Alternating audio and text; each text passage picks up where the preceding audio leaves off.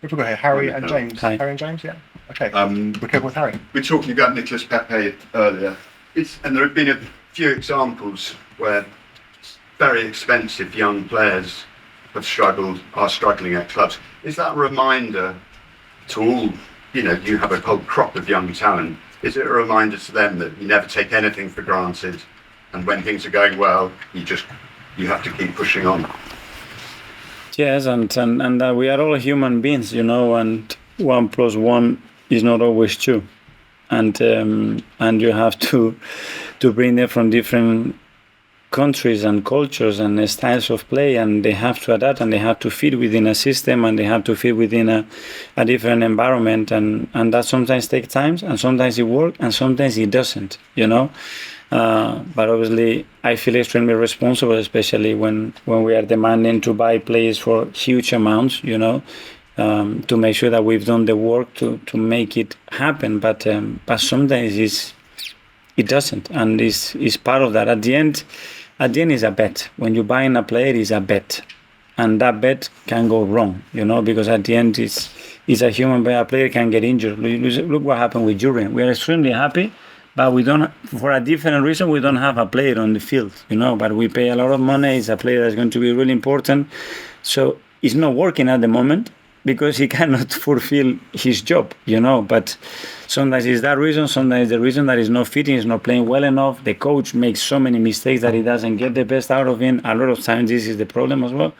So it's a bit of a difficult one. And is it there when you're having a good dressing room? Because obviously people on the outside make comments about prices and this player isn't living up, and when they play for their international teams or whatever. Is it about having a dressing room, what goes on inside, and they look after people, each other, as opposed to listening to what's going on outside? Well, that's ideal, but they can manage, the expectations, and it's very difficult sometimes with coaches when you want to put rules. Rules is fine, but you don't want to direct certain behaviors because of the rules. It's more about the expectations that you have, and do they fulfill those expectations, and does the team make sure that those expectations are met, because this is what we expect from each other.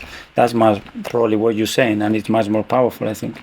Yeah, and noticed this weekend, out of the Champions League teams, you're the one playing on a Sunday, when the others are playing on a Saturday. I noticed Bayern Munich are playing tonight, I presume. Is that something the Premier League still needs to look at? I know it's been a long-running discussion for decades about how they look after the teams in Europe. And would you expect, if you're playing on a Sunday this time, maybe next time it's not you playing on a Sunday?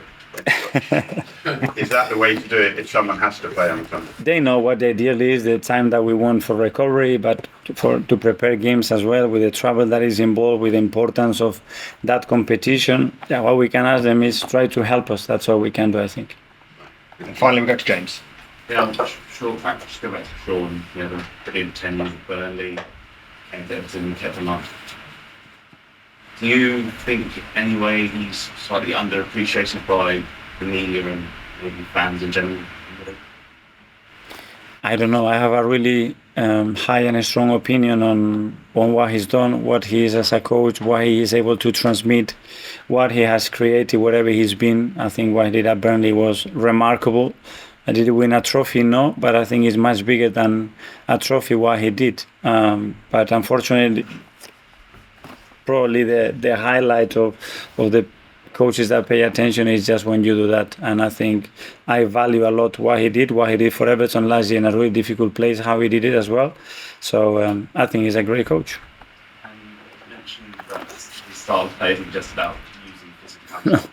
What is it with Sean's style that impresses you? First of all, the organization, the intentions, the purpose, how they do it, how they get to those areas. What is all behind it is very well thought and worked, and it does it, and even that it's going to do it, it's still very difficult to stop it, and that's a big quality. Okay, guys, thanks very much. Yeah, thank you. Thank you. Good luck. Thank you.